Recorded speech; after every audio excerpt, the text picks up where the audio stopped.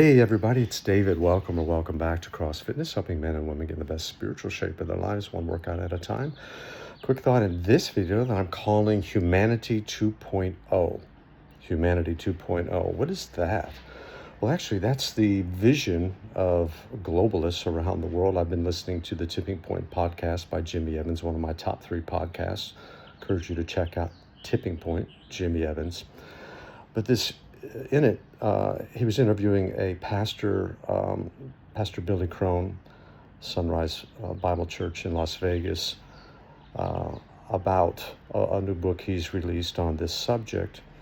And this really goes back to, there's 3 things that Humanity 2.0 wants to, the elites want to accomplish. Number 1 is super health, okay?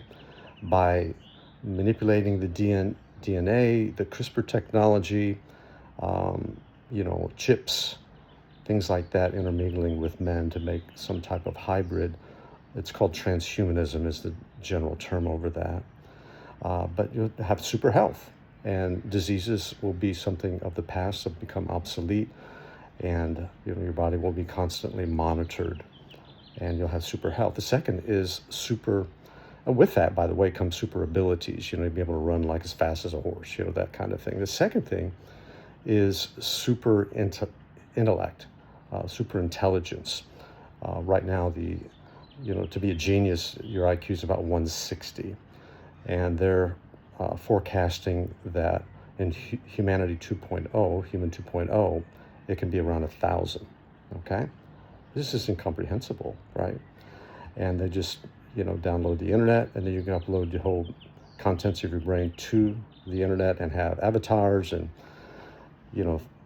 things like that. It just sounds like science fiction, but this is what they're working on, driving towards Humanity 2.0, or an upgrade of humanity. And the third thing is super longevity. So we have super health, super intelligence, and super longevity.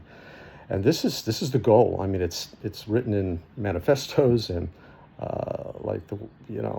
people that are pursuing this, the elites, the rich and famous, things like that, and those who want to propagate this.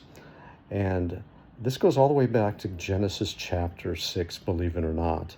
This is where the sons of God, the fallen angels, the Watchers, some would call them, came down and intermingled with human women, and had out of their offspring came the Nephilim, or giants, or the mighty men of old.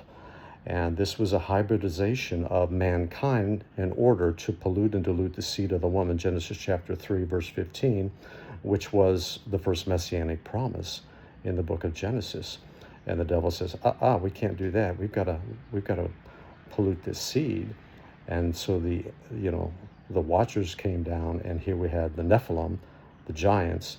And, God says the antediluvian world, or the pre-flood world, was so bad that he had to destroy it all. And only 8 persons were saved, and that's Noah and his family.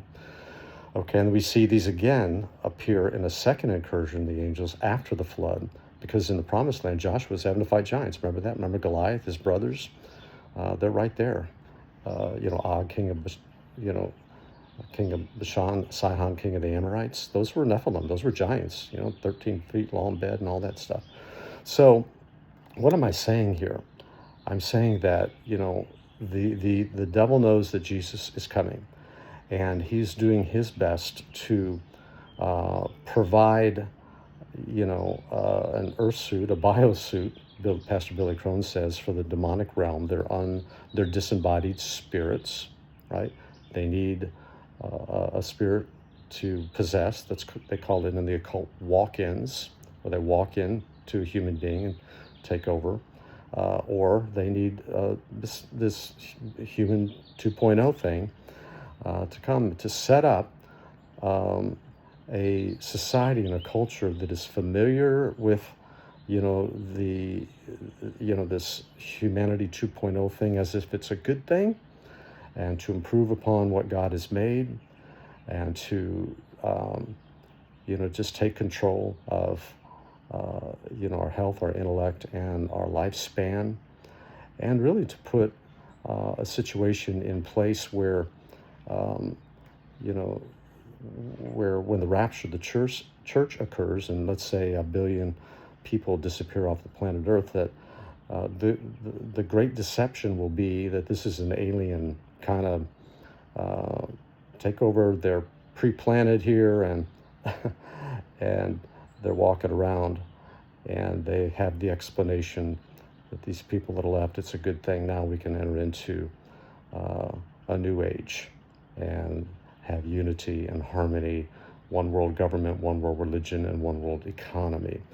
So I know this sounds fantastic, but this is going on. This is happening right while we're, binge watching our shows on Netflix and whatnot. These things are going on behind the scenes. There is a aggressive move towards humanity 2.0. Much of it is coming from, a fringe of our intellectual society, and another is coming from the enemy, from the devil, who is trying to begin to seduce mankind into thinking these aliens are something that is a good thing, and they're here to